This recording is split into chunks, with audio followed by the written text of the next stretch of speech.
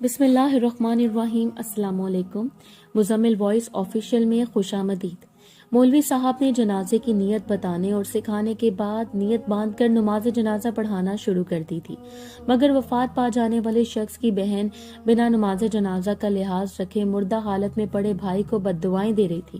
جس شخص کی پارسائی کا پورا علاقہ گواہ تھا، سگی بہن اس کی لاش کی توہین کر رہی تھی۔ کوئی بھی شخص مکمل توجہ سے جنازہ نہیں پڑھ پایا تھا۔ بہت سارے لوگوں کی رائے تھی کہ عورت کی منت سماجت کر کے اسے 10 منٹ خاموش کروا کر جنازہ دوبارہ پڑھ لیا جائے، مگر عورت کی بد دعائیں لوگوں کے دل دہلا رہی تھی اور وہ کسی بھی صورت خاموش ہونے کے لیے راضی نہیں تھی۔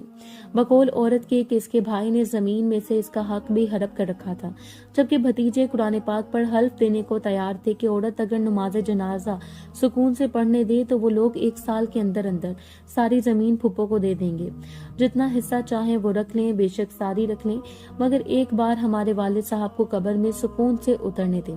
لوگوں کی لاکھ منت سماجت پر بھی میت کو بد دعائیں دیتی وہ عورت اس بات پر راضی نہ ہوئی، یہاں تک کہ گاؤں کے معززین نے اسے اس کا حق دلانے کی ضمانت بھی دی، مگر پھر بھی پتھر دل عورت نے مردہ بھائی کا چین سے جنازہ نہ ہونے دیا، نہ اسے سکون سے قبر میں اترنے دیا گیا۔ عورت کا نام سگرا بی بی تھا، اس کی 50 سال کے لگ بھگ عمر تھی، اپنے بھائی سے 15 سال چھوٹی تھی۔ آج اس کا بھائی اپنی 65 سالہ زندگی گزار کر اپنی نیند سو گیا تھا۔ جو سگرا زندہ بھائی کو لان تان اور بد دعائیں دیتی رہتی تھی، وہی سگرا مردہ بھائی کو بخشنے پر تیار نہ تھی، یہاں تک کہ سب کو پتا تھا کہ سگرا غلط ہے، اس کا بھائی حق پر ہے، مگر اس کے باوجود قرب و جوار کا کوئی عالم یا مولوی مردہ حالت میں سامنے پڑے محمد حیات کا جنازہ پڑھانے کے لیے تیار نہیں تھا، کیونکہ وہ جانتے تھے جنازہ پڑھانے کے بعد وہ لوگ بھی سگرا کے نشانے پر ہوں گے۔ سارے علاقے میں سگرا نے اپنے بھائی کے متعلق مشہور کر رکھا تھا کہ اس کا بھائی جائیداد میں سے اس کا حصہ ہڑپ کر گیا ہے۔ گو کہ چند بزرگ اور معزز لوگوں کو حقیقت معلوم تھی، مگر محمد حیات نے انہیں بھی منع کر رکھا تھا کہ میری بہن کو حقیقت نہ بتائی جائے، میں نہیں چاہتا کہ میری بہن میرے سامنے شرمندہ حالت میں کھڑی ہو۔ ساری زندگی بہن کا مان رکھنے والے محمد حیات خود آج فوت ہو گیا تھا۔ بہن کی 1000 باتیں سننے کے باوجود پورا علاقہ جنازے کے لیے امٹ آیا تھا، اور بہن نے اس موقع پر بھی اپنی آہوں اور بد دعاؤں کا سلسلہ جاری رکھا تھا۔ حقیقت یہ تھی کہ جب سگرا کی شادی کے دن قریب تھے تو اس نے اپنے دور کے حساب سے اتنے زیادہ جہیز کی فرمائش کر دی تھی جسے بظاہر تو پورا کرنا ممکن نہیں تھا۔ والد صاحب فوت ہو چکے تھے، گھر میں والدہ اور بھائی تھے۔ بھائی گھر کا واحد کفیل تھا، مگر اس کی اتنی حیثیت نہ تھی کہ وہ بہن کو اس کی خواہش کے مطابق جہیز دے، لہٰذا اس نے اپنی بہن کو سمجھانا چاہا، مگر بہن اپنی ضد پر قائم رہی، یہاں تک کہ سگرا کی ماں نے بھی اسے سمجھایا کہ تمہارا بھائی خود 30 سال کا ہو چکا ہے، اس کی اپنی شادی کی عمر گزر رہی ہے، اس کے باوجود اسے تمہاری شادی کی فکر ہے، اپنے بھائی کا کچھ احساس کرو، مگر سگنا اپنی بات سے پیچھے نہ ہٹی، یہاں تک کہ اس کی ماں نے اس پر ہاتھ اٹھا دیا۔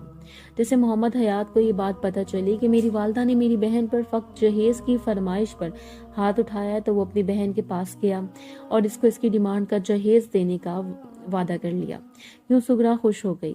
دونوں بہن بھائیوں کی شادی ایک ہی دن طے پا گئی۔ محمد حیات کے گھر پہلے 3 سالوں میں 2 بیٹے پیدا ہوئے، جبکہ سگرا کے گھر 4 سال بعد پہلا بیٹا پیدا ہوا۔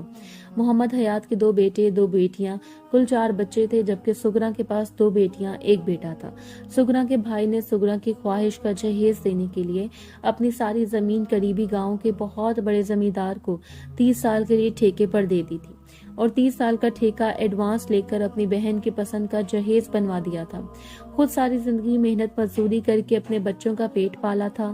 بہن کی خواہش کی تکمیل کی خاطر وہ اپنے معصوم بچوں کو چھوڑ کر ملوں میں مزدوری کرتا رہا، مستریوں کے ساتھ کام کرتا رہا، لاہور شہر میں بسوں پر کنڈکٹر بننا رہا تاکہ بچوں کا پیٹ پال سکے۔ دوسری طرف شادی کے 10 سال بعد سگرا نے اپنے شوہر کے اکسانے پر اپنے بھائی سے جائیداد کا حصہ مانگنا شروع کر دیا، جبکہ بھائی زمین پہلے ہی 30 سال کے لیے ٹھیکے پر دے چکا تھا اور بہن کو بھی یہ حقیقت نہیں بتانا چاہتا تھا، لہٰذا وہ ٹال مٹول سے کام لینے لگا۔